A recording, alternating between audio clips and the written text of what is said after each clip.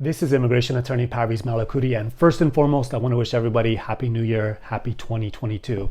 In this video, I'm going to talk about lying at the interview. What happens if somebody lies at a USCIS interview and it's after the interview and they're feeling concerned about it, maybe they're getting nervous about it, or maybe they've even gotten a letter from USCIS that's asking them more information about the point they lied about. We're going to talk about that in this video as well as what can be done. So first of all, backing up for a quick second, I decided to make this video because I recently had a couple contact me who just had a marriage-based interview. And unfortunately, when they were asked about a question related to the timeline of their engagement, they got flustered and they thought that they had a bad answer, so they lied. And then, of course, the USCIS adjudicator held the application. They said they're not going to make a decision. And then the couple got a letter, a request for evidence from USCIS about that point that they had lied about. So this couple obviously was upset, concerned, feeling nervous, feeling regretful about what they did at the interview. And so they called my office asking about what can be done. And what I explained to them, which is what I'm going to explain to you, is there's a few different elements going on here. Okay, so first of all, you have to understand that the concern, the issue with lying at a USCIS interview is that if you lie to USCIS, you can be charged with what's called a material misrepresentation. That means basically lying about something that is critical to determining whether you're eligible for the benefit. That's called a material misrepresentation. It's a ground of inadmissibility, and of course, it can be a ground for denying a green card. So you want to make sure. So obviously you want to make sure that you're telling the truth when you go to a USCIS interview so that you avoid being accused of having made a material misrepresentation. So now, what to do in this situation? A person's gone to a USCIS interview, they lied at the interview, and then they got a letter from USCIS asking for information about that point.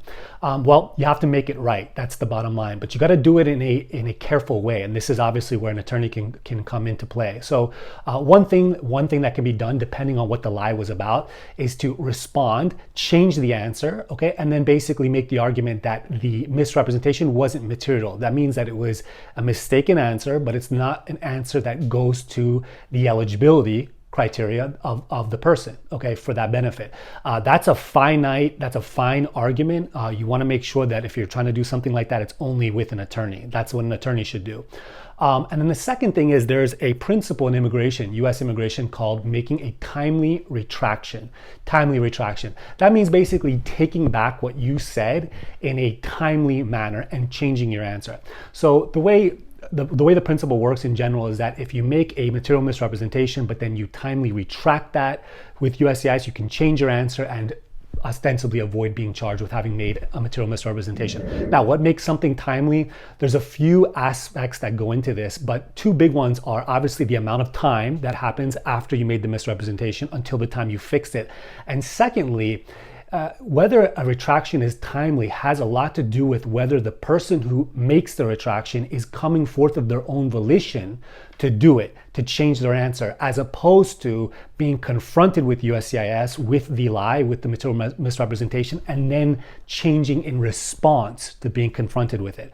So the big difference is, do you come forward yourself, okay, and actually make that change before USCIS has accused you, or is USCIS accusing you and then you came forth?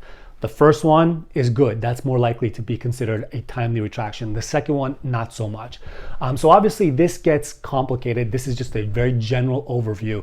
If anybody's in this situation, you definitely want to contact a qualified licensed immigration attorney to take you through a consultation and find out exactly what the consequences are of what you said at the interview. And then of course, decide whether you want to hire the lawyer to represent you in response to whatever communication you've had with USCIS. This is something that I do. This is something we do at our firm. We help people that are in this particular situation.